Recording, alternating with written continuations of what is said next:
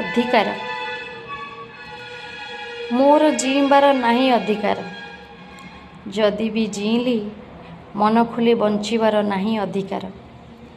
ନିଜ ଇଚ୍ଛାରେ ବସିବା ଉଠିବା ଖେଳିବା ଚାଲିବା ପାଠ ପଢ଼ିବା ବୁଲିବା ନାଚିବା ଗାଇବା କଥା କହିବା ଖାଇବା ପିଇବା ଶୋଇବା ସବୁଥିରେ ରୋକଠୋକ୍। ଦେଶ ସିନା ସ୍ୱାଧୀନ ହେଲା 1947 ମସିହାରେ, ହେଲେ ମୁଁ ଆଜି ବି ପରାଧୀନ।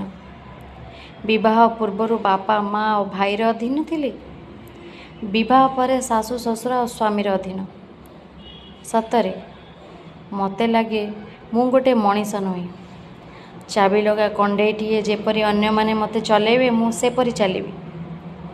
ମୋର ନାଁ ଅଛି ମନ, ନାଁ ଅଛି ସ୍ୱପ୍ନ। ମୁଁ କିଏ ଜାଣିପାରୁଛନ୍ତି ନା ନାହିଁ? ହଁ, ମୁଁ ନୁହେଁ। ମୁଁ ଅନ୍ୟ ହାତର ନାରୀ ରୂପୀ ଖେଳଣା।